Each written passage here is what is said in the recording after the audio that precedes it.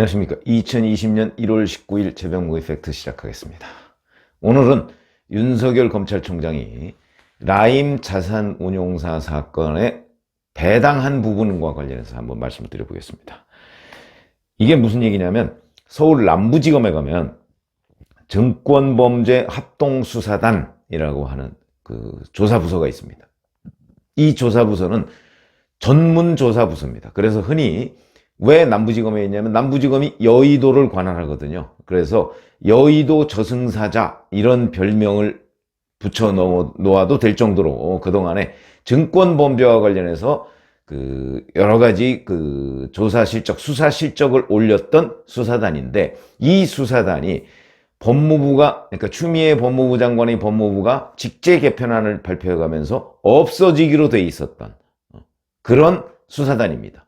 근데 여기다가 지난주에, 그러니까 오늘이 일요일이니까 지난주에 갑자기 라임 자산운용사 사건을 배당을 한 겁니다.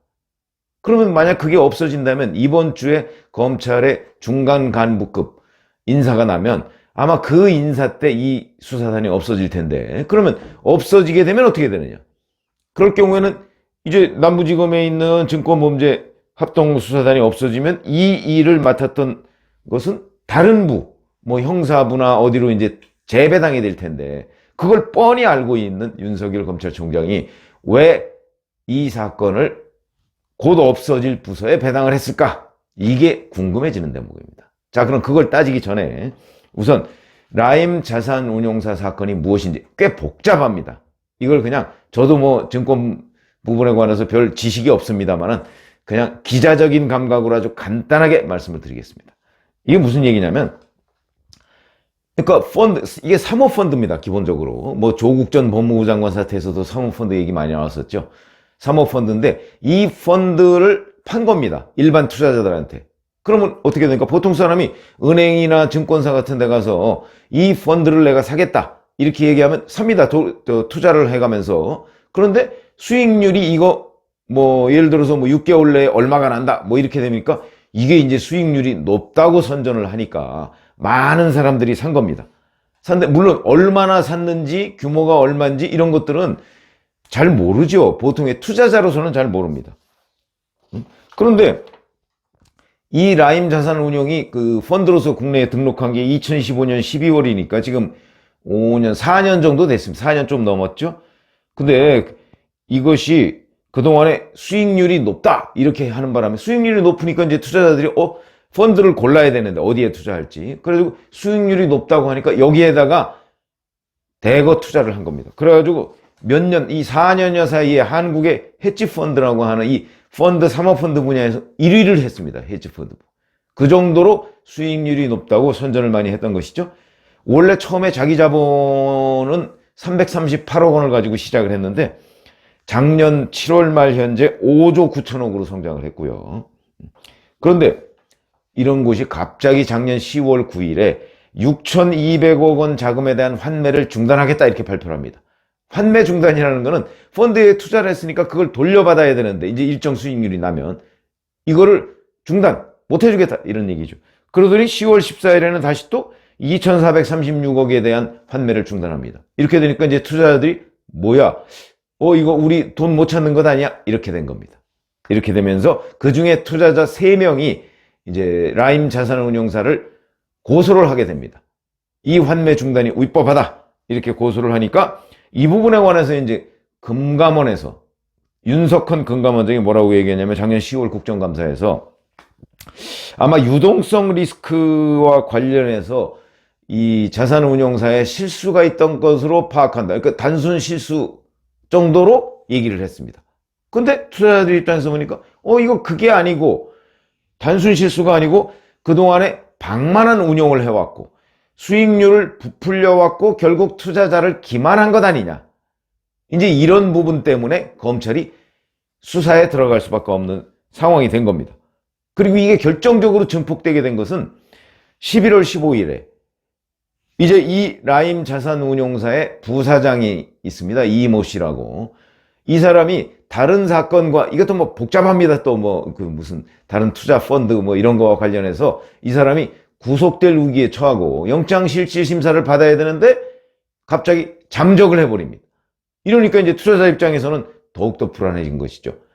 이 핵심 인물이 잠적을 해버리니까 이건 뭔가 사태가 심각하다 해서 이제 그러면 뭐 고소 고발에다가 뭐 이제 사람들이 그 투자자들이 이제 이런저런 관심을 갖기 시작하면서 이게 이제 막 눈덩이처럼 커져서 지금은 아마 이리저리 보면 눈덩이처럼 붉어졌다 이런 눈덩이라는 표현이 굉장히 많이 나옵니다. 그래서 이 사태가 어디까지 갈 줄 이제 예상이 불가능한 상황인데 그래서 이제 검찰이 수사에 착수했다. 고소가 들어왔으니까. 그래서 착수를 했는데 지금 이모 부사장이라는 사람은 아직도 찾을 수가 없습니다. 착수해서 이제 본격적으로 이제 추적에 나서야 되겠죠. 그런데 이 사건을, 그러니까 이게 라임 자산운용 사건입니다.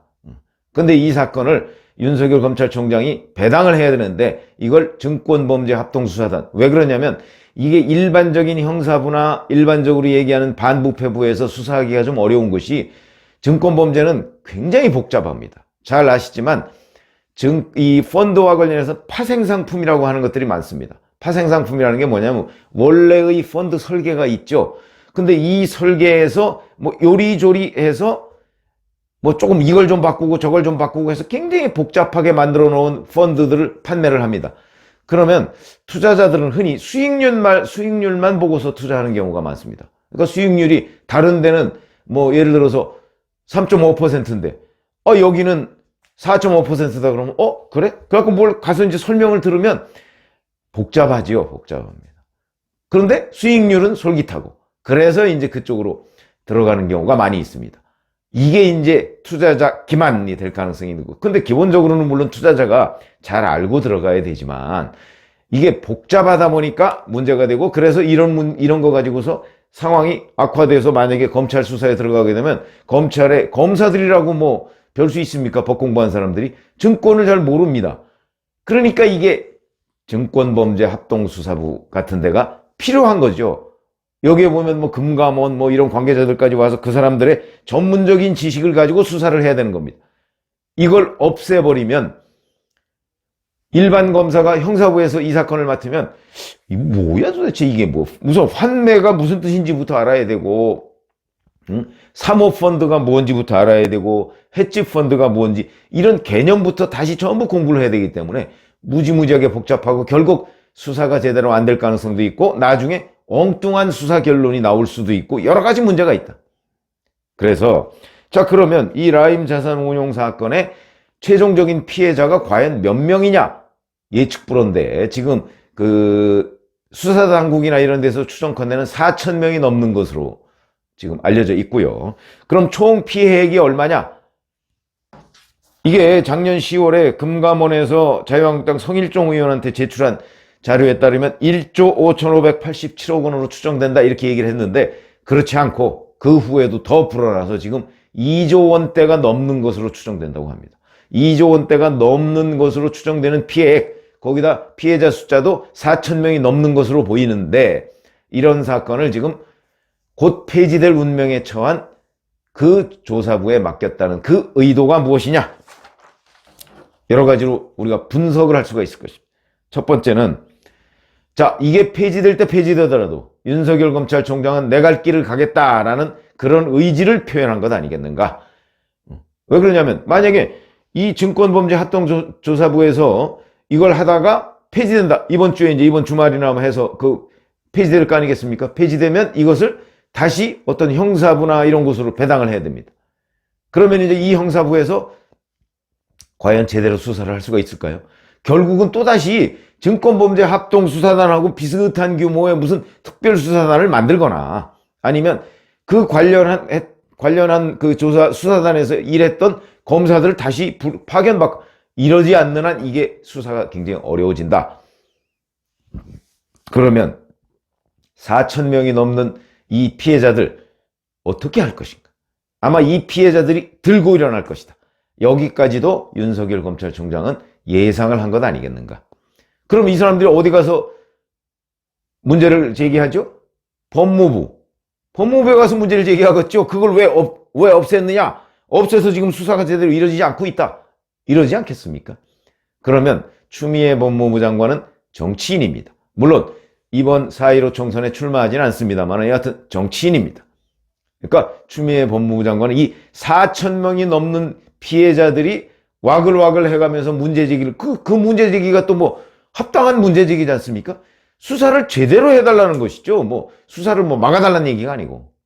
그렇기 때문에 굉장한 정치적 부담을 지고 총선을 앞두고 여권에도 정치적 부담이 될 것이다 라는 것까지를 윤석열 검찰총장이 예상을 하고 정무적으로 여기에다 배당을 한 것이 아닌가 하는 분석이 가능하고요. 그 다음에 이 증권범죄야말로 이게 민생 문제입니다. 물론 좀 돈이 있는 사람들의 얘기죠. 4,000명이 넘는 사람들이 수천만 원에서 수억 원까지를 이 펀드에 투자를 했을 텐데 이 사람들 다 돈 있는 사람이고 우리 사회에서 목소리가 제법 큰 사람들입니다. 이 사람들 4,000명 이상이 이렇게 와글와글 하는 것 선거를 앞두고 굉장한 악재가 될 것이다. 민생 문제입니다. 민생 문제. 물론 조금 돈 있는 사람들의 민생 문제이긴 하죠. 그러나 어찌 보면 이 사람들이 개미 투자자입니다. 응? 무슨 뭐 기관 투자자 뭐 이런 사람들이 아니지 않습니까? 그러다 보니까 이 또한 민생 문제다. 그러니까 이 수사를 제대로 못하면 결국 민생 문제를 외면한 것이 된다라는 이게 이 등식이 성립하죠. 이런 공방 틀림없이 이 투자자들도 문제를 삼겠지만 야권에서도 이 문제와 관련해서 민생문제조사단 그걸 없앤 추미애 법무부 장관에 대한 공격이 가일층 지속될 것이다. 그거 견디기가 쉽지 않습니다. 그 다음에 세 번째, 폐지해볼 테면 해봐. 우리는 우리 길을 갈 것이다 라고 얘기를 해가면서 이게 이제 다른 곳에 배당할 경우에 제가 아까 수사가 제대로 이루어지지 않을 것이다 이런 말씀을 드렸죠. 그런 수사가 지지부진. 지금 1월 달인데 자 1월 19일 아닙니까? 그러면 이 수사가 만약에 한 달만 지지부진해진다고 생각해 보십시오. 지금 이 라임 자산운용의 부사장이 잠적한 상태이기 때문에 그리고 그 미국에 연결된 그 회사도 지금 뭐 여러 가지로 복잡한 데 얽혀 있습니다. 그렇기 때문에 이게 시간이 지나면 지날수록 이 사람들이 이 돈을 받을 가능성이 점점 줄어듭니다. 그렇게 되면 집단적인 민원이 발생할 가능성이 매우 높다. 그래서 벌써 이 투자자들이 자기네들 공동 카페, 인터넷 카페 같은 것도 지금 마련해서 공동 대응책을 마련하려고 하고 있습니다. 이렇다는 얘기는 곧 이 사람들의 목소리가 집단으로 드러날 가능성이 있다. 뭐 청와대 국민청원 게시판이라든가 뭐 아니면 뭐 이제 이 라임 자산운용사 뭐 앞에 또는 추미애 법무부 장관실 앞에 뭐 이런 데서 집단적으로 민원을 제기할 가능성이 있다. 근데 그 민원이 매우 합당한 것이기 때문에 상당한 정도로 부담이 될 것이고 그 다음에 금감원 같은 경우도 처음에 윤석훈 금감원장이 단순 실수로 보인다고 얘기를 하는 바람에 이 대응이 좀 늦어진 측면이 있습니다. 물론 윤석훈 금감원장이 뭐 취임한 지 얼마 되지는 않습니다만 어쨌든 간에 금감원의 감독 기능 미비 이 부분과 관련해서도 지금 집중적인 공격을 받을 가능성이 있습니다. 금감원이 도대체 어떻게 이 펀드를 관리했길래 이 펀드가 이렇게 투자자들을 기만하고 있었는데도 불구하고 제대로 몰랐고 사태가 터지고 나서도 단순 실수인 것으로 보인다. 더군다나 금감원이 작년 10월과 11월에 기초조사를 했었습니다. 그런데도 이 기초조사의 결과로서 제대로 된 무슨 대응책 같은 걸 마련하지 않고 있었다 하는 데 대한 투자자들의 불만도 금감원을 향할 것으로 보인다. 그렇게 되면 금감원도 이 책임에서 자유로울 수가 없겠죠. 그렇게 된다면 이게 제가 자꾸 말씀드리는 건 정무적인 얘기입니다. 4,000명이 넘는 사람들이 몰려다니면서 정부 당국의 그 책임 문제를 지적하고 그렇게 될 경우에 선거를 지금 3개월도 남겨놓지 않은 상태에서 더군다나 뭐 경제지표가 온갖 경제지표가 낮은데 이 무려 2조 원대로 지금 추정이 되는 이런 피해자들이 더군다나 숫자상으로도 4,000명이 넘는 피해자들이 이 피해를 호소하면 그거는 여권으로서는 굉장한 부담이 된다. 근데 사실 뚜렷한 대책도 없고 그러면 결국은 이 증권범죄 합동수사단이 폐지하려고 했던 거 이거 다시 되살리는 거 외에는 별다른 방법이 없을 것처럼 보이는데 그러면 또 추미애 법무부 장관의 이 직접 수사 폐지 방침 이게 완전히 흔들릴 가능성도 있죠. 이래저래 여러 가지로 난감하네 라는 표현이 맞을 것이고, 지금부터라도 증권범죄합동수사단 이 폐지 방침은 철회해야 마땅하다.